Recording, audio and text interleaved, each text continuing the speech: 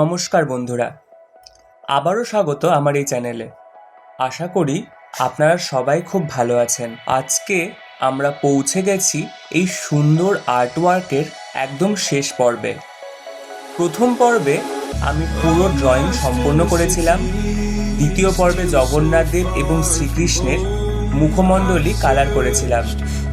আর আজকে এই ফাইনাল পর্বে আমি বাকি সমস্ত খুঁটিনাটি অংশ যেমন মুকুট, চুল, গয়না, অলংকার, ফুলের মালা আর সব ডিটেলিং পূরণ করব। প্রথম থেকেই যেমন করেছি আজও আমি ডোমস অয়েল প্যাস্টেলই ব্যবহার করেছি। আমার কাছে এই রঙগুলো দিয়ে ব্লেন্ডিং করা খুব সহজ হয় আর রঙের উজ্জ্বলতাও অনেক সুন্দর আসে। আপনারা যারা প্রথম থেকে এই সিরিজটি দেখছেন তাদের সবাইকে আন্তরিক ধন্যবাদ। আপনাদের ভালোবাসা এবং উৎসাহ না থাকলে এই ধরনের সিরিজ আমার তৈরি করতে সত্যি কঠিন হয়ে যেত। চলুন আজকের কালার করা যাক। প্রথমেই আমি মুকুটের অংশে কাজ করছি। মুকুটের যে কোনো দেবমূর্তিকেই যথেষ্ট সুন্দর করে তোলে, তাই আমি এখানে ধীরে ধীরে রঙের লেয়ার অ্যাড করছি। প্রথমে আমি হালকা হলুদ, তারপর ডিপ হলুদ এবং ব্রাউন সিয়েনা দিয়ে কালারটা করছি। এতে মুকুটের সোনালি আভা তৈরি হচ্ছে। এরপর আমি সাদা রং দিয়ে হাইলাইট যোগ করেছি। এই হাইলাইটগুলো ছবির সৌন্দর্য অনেক বাড়িয়ে দেয়। বন্ধুরা, আমরা যখন জগন্নাথ দেবের মুকুট দেখি তখন শুধু একটি অলংকার দেখি না, আমরা তার মহিমা, তার ঐশ্বর্য এবং অসীম করুণার প্রতীককেও দেখি। জগন্নাথ শব্দের অর্থ হল জগতের নাথ, অর্থাৎ সমগ্র বিশ্বের প্রভু। তাই তার কাছে কোনো মানুষই ছোট বা বড় নয়, তিনি সকল ভক্তকেই সমানভাবে ভালোবাসেন। মুকুটের কালার বসানোর পর আমি সাথে সাথেই শুরু করেছি জগন্নাথ দেব এবং শ্রীকৃষ্ণের প্রিয় ময়ূরের পালকটিকে, যেটি মুকুটে শোভাবর্ধন করছে। এই ময়ূরের পালকের জন্য আমি ব্যবহার করেছি Prussian blue, cobalt blue, brown sienna আর সাথে ঘরের চালের কালার, চালের হলুদ, ইয়েলো অকার কালারটি। আর সবুজের জন্য ব্যবহার করেছি লাইট গ্রিন এবং ডার্ক গ্রিন। এরপর ওপরের পার্ট হয়ে গেলে আমি সাথে সাথে চুল রং শুরু করেছি। চুল রঙের ক্ষেত্রে আমি ব্যবহার করেছি কালো রং এবং চুলের ডিটেলিং করতে আমি ডার্ক ব্রাউন ব্যবহার করেছি এবং কালো গ্লাস মার্কার পেন দিয়ে আমি ডিটেলিং করেছি। এতে চুলগুলো আরও স্বাভাবিক এবং সুন্দর দেখাচ্ছিল। বন্ধুরা, একটা ছবি সুন্দর হওয়ার জন্য শুধু বড় অংশ নয়, ছোট ছোট ডিটেল খুব গুরুত্বপূর্ণ। একজন শিল্পী যত ধৈর্যের সাথে কাজ করে ছবি তত বেশি জীবন্ত হয়ে ওঠে। আজকের এই ছবিটিও আমি অনেক সময় ধরে করেছি, কোথাও তাড়াহুড়ো করিনি, কারণ আমি চাই প্রতিটি দর্শক যখন ছবিটি দেখবেন তখন যেন তাদের মনে ভক্তি অনুভূতি জেগে ওঠে। চুল রং হয়ে গেলে আমি ভগবানের কানের দুলে রং করেছি এবং সাথে সাথে গলার মালাতেও রং করেছি। এই ক্ষেত্রেও আমি মুকুটে যেসব রং ব্যবহার করেছিলাম, হালকা হলুদ, ডার্ক হলুদ এবং তার সাথে সাথে ব্রাউন সিয়েনা কালারটি, এখানেও সেই কালারগুলি ব্যবহার করেছি। আর প্রতিটি ছোট ছোট কুর্তি এবং ডিজাইনের জন্য আলাদাভাবে হাইলাইট করতে আমি ব্যবহার করেছি হোয়াইট ফেব্রিক। তো বন্ধুরা, এখন আমি আপনাদেরকে শ্রীকৃষ্ণের একটি খুব সুন্দর ঘটনা বলি। একবার বৃন্দাবনে প্রবল বৃষ্টি শুরু হয়েছিল।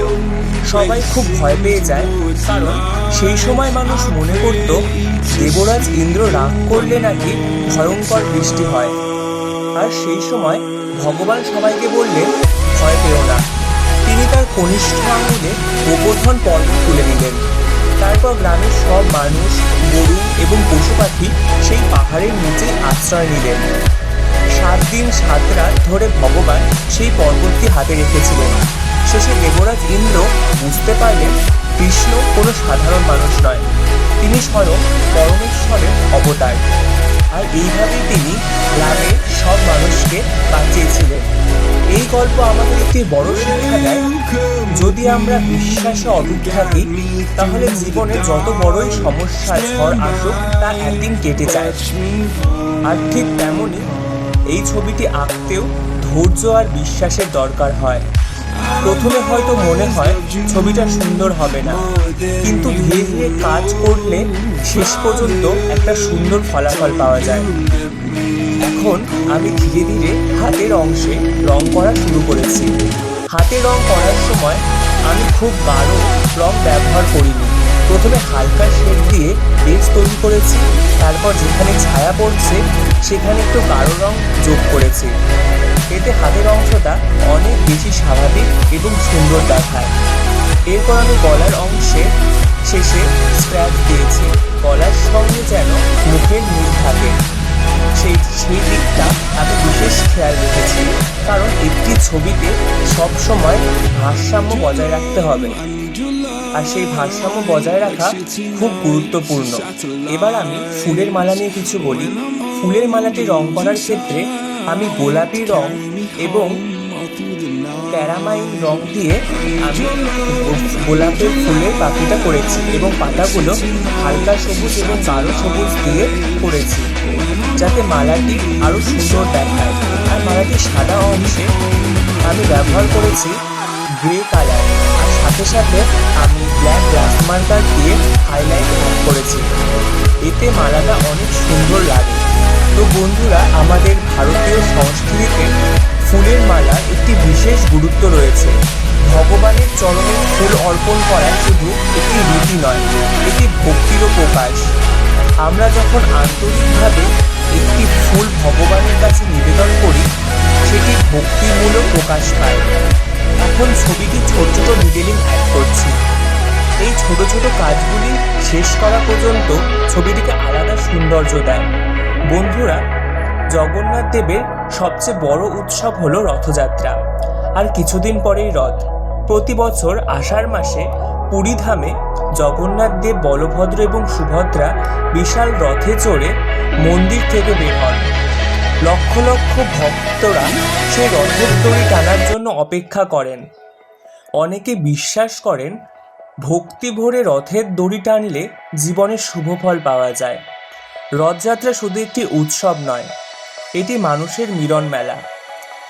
সেই দিন ধনী গরিব, জাতি ধর্মের ভেদাভেদ ভুলে সবাই ভগবানের নাম স্মরণ করে এবং রথের দড়ি টানে। এই শিক্ষা আমাদের জীবনেও খুব গুরুত্বপূর্ণ।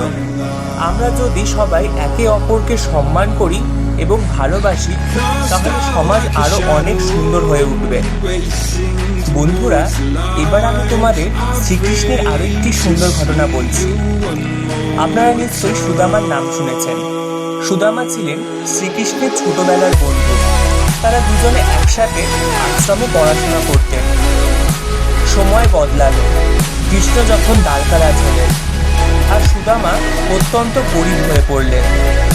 একদিন সুদামার স্ত্রী তাকে বললেন, তুমি তোমার বন্ধু কৃষ্ণের কাছে একবার দেখা করে আসো।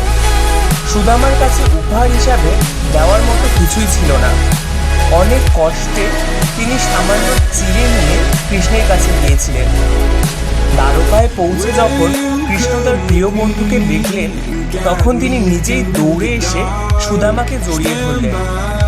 একজন রাজা হয়েও তিনি বন্ধুর পা ছুঁয়ে তাকে তার প্রতি আন্তরিকতা এবং ভালোবাসার প্রকাশ দেখালেন এবং তাকে নিজের পাশে বসালেন। সুদামা কিছুই জানতে চায়নি আর কিছুই চায়নি, কিন্তু কৃষ্ণ তার মনের কথা বুঝে নিয়েছিল। বাড়ি ফিরে সুদামা দেখলেন তার ছোট কুটিরের জায়গায় একটা সুন্দর প্রাসাদ দাঁড়িয়ে আছে।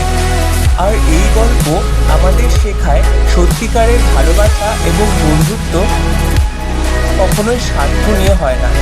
আর ঠিক তেমনই আমরা যখন ভালোবাসা দিয়ে একটি ছবি আঁকি, তখন সেই ভালোবাসা ছবির মধ্যে ফুটে ওঠে। এখন ছবির প্রায় সব অংশের কাজই শেষ হয়ে এসেছে। আমি একে একে প্রতিটি অংশ ভালো করে দেখিয়েছি কোথাও রঙের ঘাটতি থাকলে সেটি পূরণ করেছি, আবার কোথাও হাইলাইটের দরকার হলে সেখানে হাইলাইট করেছি। বন্ধুরা, আমি সবসময় একটা কথা বলি, একটি ছবি তখনই সুন্দর হয় যখন শিল্পী শেষ পর্যন্ত ধৈর্য ধরে কাজ করে। অনেক সময় আমরা শেষের দিকে তাড়াহুড়ো করি আর তখনই ছোট ছোট ভুল হয়ে যায়। তাই আমরা কখনোই ফাইনাল ডিটেইলিং অ্যাড করার সময় তাড়াহুড়ো করব না, আমরা সবসময় ধৈর্য নিয়ে কাজ করব। এখন আমি গলার অংশে ছোট ছোট অলঙ্কারগুলোর পাথরগুলোর ওপর সাদা রং দিয়ে হাইলাইট দিচ্ছি, যাতে অলঙ্কারগুলো খুব উজ্জ্বল দেখায়। এরপর ফুলের মালার মাঝখানে ছোট ছোট অংশগুলো ঠিক করেছি, প্রতিটি ফুল যেন আলাদা করে বোঝা যায় সেদিকেও খেয়াল রেখেছি। বন্ধুরা, আবার আমি কৃষ্ণের একটি সুন্দর ঘটনা বলি। আপনারা সবাই জানেন শ্রীকৃষ্ণের হাতে সবসময় একটি বাঁশি দেখা যায়, কিন্তু কখনো কি ভেবেছেন এই বাঁশির এত গুরুত্ব কেন? পৌরাণিক কাহিনীতে বলা হয়, যখন শ্রীকৃষ্ণ বাঁশি বাজাতেন তখন শুধু মানুষ নয়, গরু, পাখি, এমনকি গাছপালাও যেন সেই সুরে মুগ্ধ হয়ে যেত। যমুনার জলও যেন তখন শান্ত হয়ে সেই সুর শুনত। এই কাহিনীর মধ্যে একটি সুন্দর শিক্ষা লুকিয়ে আছে। মানুষের কথা, আচরণ আর ব্যবহারই যেন সেই সুরের বহিঃপ্রকাশ, যা অন্যের মনে শান্তি এনে দেয় এবং ভালোবাসা জাগিয়ে তোলে। তাই আমরা জীবনেও যদি মধুর ভাষায় কথা বলি এবং মানুষের পাশে দাঁড়াই, কাউকে কষ্ট না দিই, তাহলে আমাদের জীবনও অনেক সুন্দর হয়ে উঠবে। ঠিক যেমন এই ছবিটির সব রং একে অপরের সঙ্গে মিলেমিশে সুন্দর সৃষ্টি তৈরি করছে, তেমনি আমরাও সবাই একে অপরের সাথে মিলেমিশে থাকলে সমাজও সুন্দর হবে।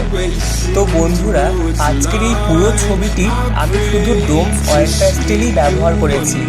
আমার কাছে এই রঙগুলো দিয়ে কাজ করতে ভালো লাগে এবং খুব সহজে ব্লেন্ডিং হয় আর রঙের উজ্জ্বলতা অনেক সুন্দর আসে। বন্ধুরা, একজন শিল্পীর সবচেয়ে বড় শক্তি হলো সে কখনো শেখা বন্ধ করে না। আমি প্রতিটি ছবি যখন আঁকি নতুন করে শেখার চেষ্টা করি। আশা করি আপনারাও নিয়মিত আঁকবেন এবং প্রতিদিন নিজের চেয়ে আরও সুন্দর কাজ করার চেষ্টা করবেন। এখন আমরা ধীরে ধীরে ছবিটির একবারে শেষ অংশে পৌঁছে গেছি। তাই এই সময় আমি ছবিটি আঁকার ক্ষেত্রে কিন্তু খুব মনোযোগ দিচ্ছি। কোথাও কোনো ছোটোখাটো ভুল যদি থাকে সেটা ঠিক করে নিচ্ছি। বন্ধুরা, একটা ছবি শেষ করার আগে আমি সবসময় এই কাজটাই করি, কারণ শেষের 5-10 মিনিট ধৈর্য করে কাজ করলে ছবিটি আরও সুন্দর হয়ে ওঠে। এখন আমি মুকুটের কিছু অংশে উজ্জ্বলতার রং অ্যাড করছি, গলার জুয়েলারির ওপর কয়েকটি সাদা হাইলাইট দিচ্ছি এবং ফুলের মালার মাঝখানেও সামান্য রং ঠিক করছি। বন্ধুরা, আজকে আপনাদের সঙ্গে এই ঘটনাগুলি শেয়ার করতে পেরে আমার খুব ভালো লাগছে। আপনারা নিশ্চয়ই শ্রীমদ্ ভগবদ্ গীতার এই বিখ্যাত উপদেশের কথা শুনেছেন, যেখানে কুরুক্ষেত্রের যুদ্ধে অর্জুন নিজের আত্মীয় স্বজনের সামনে রেখে যুদ্ধ করতে দ্বিধায় পড়ে যান। তখন শ্রীকৃষ্ণ বলেছিলেন, তোমার কর্তব্য নিষ্ঠার সঙ্গে পালন করো, ফলের চিন্তা করো না। এই শিক্ষাই গীতার মূল বার্তা। তাই আমি যখন ছবি আঁকি তখন এই কথাটাই মনে রাখার চেষ্টা করি। আমি শুধু নিজের সর্বোচ্চ দেওয়ার চেষ্টা করি, আর ছবিটা মানুষের কতটা ভালো লাগবে সেটা আমি পরে ভাবি। কারণ নিষ্ঠা দিয়ে কাজ করলে তার ফল আমি একদিন না একদিন পাবই। এই শিক্ষা শুধুমাত্র শিল্পীর জন্য নয়, ছাত্রছাত্রী, চাকরিজীবী, ব্যবসায়ী সবার জন্যই সমানভাবে প্রযোজ্য। বন্ধুরা, জগন্নাথ দেবের একটি বিশেষ শিক্ষা হলো নম্রতা। পুরীর রথযাত্রা আমরা দেখি, লক্ষ লক্ষ মানুষ একসঙ্গে রথ টানে। সেখানে কোনো মানুষ ছোট বা বড় নয়, কেউ ধনী বা গরিব নয়, সবাই একসাথে ভগবানের সেবায় অংশ নেয়। আর এই দৃশ্য আমাদের শেখায় মানুষের সবচেয়ে বড় পরিচয় হলো তার মন, তার ভক্তি আর তার ভালোবাসা। আজকের পৃথিবীতে এই শিক্ষা খুবই প্রয়োজন। এখন আমি ছবিটির পাশ দিয়ে শেষ পর্বে ডিটেইলিং অ্যাড করছি। যেখানে প্রয়োজন সেখানে সাদা রং দিয়ে আলো ক্রিয়েট করার চেষ্টা করছি এবং কোথাও কোথাও গাঢ় রং দিয়ে শেড করছি। এখন আপনারা দেখতে পাচ্ছেন ছবিটি ধীরে ধীরে সম্পন্ন হয়ে গেছে। জগন্নাথ দেবের মুকুট, শ্রীকৃষ্ণের সৌন্দর্য, গলার অলংকার, ফুলের মালা এবং সবকিছু মিলিয়ে ছবিটি প্রায় সম্পন্ন। এই ছবিটি আঁকতে আমার অনেক সময় লেগেছে, কিন্তু প্রতিটি মুহূর্তে আমার মনে একটা আনন্দ কাজ করেছে। কারণ আমরা ছোট থেকে আর্ট করা আমার শখ নয়, এটা আমার ভালোবাসা। আর যখন এই ছবিটি আঁকি সেখানে জগন্নাথ এবং শ্রীকৃষ্ণকে একসাথে আঁকতে পেরে মনের মধ্যে এক বিশেষ শান্তি অনুভব করেছি। আমি সত্যি আশাবাদী এই পুরো সিরিজটি আপনাদের ভালো লাগবে। যদি আপনারা প্রথম থেকে শেষ পর্যন্ত আমার সঙ্গে থাকেন, আপনাদের সকলকে আন্তরিকভাবে ধন্যবাদ। আপনাদের ভালোবাসা, লাইক, কমেন্ট এবং উৎসাহ আমাকে এরকম নতুন ছবি আঁকতে অনুপ্রাণিত করে। আপনারা যদি ভবিষ্যতে জগন্নাথ দেব, রাধাকৃষ্ণ, মহাদেব, মা দুর্গা, গণেশ কিংবা অন্য কোনো ভক্তিমূলক আর্ট দেখতে চান তো অবশ্যই কমেন্টে জানাবেন। আমি চেষ্টা করব আপনাদের পছন্দের বিষয়টি নিয়ে নতুন ভিডিও আনতে। আর যদি এই ভিডিও দেখে আপনাদের মধ্যে একজনেরও মানুষের নতুন করে আঁকা শুরু করার অনুপ্রেরণা দেয়, তাহলে আমার এই পরিশ্রম সার্থক হবে। সবশেষে ভগবান জগন্নাথ দেব এবং শ্রীকৃষ্ণের কাছে এই প্রার্থনা করি, তিনি যেন আপনাদের এবং আপনাদের পরিবারের সকলকে সুস্থ রাখেন, সুখে রাখেন এবং জীবনের প্রতিটি পদক্ষেপে সঠিক পথ দেখান এবং আপনাদের মনোবাঞ্ছা পূর্ণ করেন। আর আপনাদের যদি আজকের ভিডিওটি ভালো লেগে থাকে তো ভিডিওটিতে অবশ্যই লাইক দিয়ে দেবেন আর কমেন্ট করে জানাবেন এই পুরো আর্ট সিরিজের কোন পার্টটি আপনাদের বেশি ভালো লেগেছে। আর যদি এখনও আমার চ্যানেলটি সাবস্ক্রাইব না করে থাকেন তাহলে এখনই সাবস্ক্রাইব করে দিন এবং পাশে থাকা বেল আইকনটি প্রেস করে দিন, যাতে আগামী দিনে এরকম নতুন ভিডিওর নোটিফিকেশান পেতে আপনাদের কোনো সমস্যা না হয় এবং খুব তাড়াতাড়ি আপনাদের কাছে পৌঁছে যায়। জয় জগন্নাথ, রাধে কৃষ্ণ। ধন্যবাদ সবাইকে। ভালো থাকবেন, সুস্থ থাকবেন। আবার দেখা হবে নতুন আর্টওয়ার্ক নিয়ে। টাটা।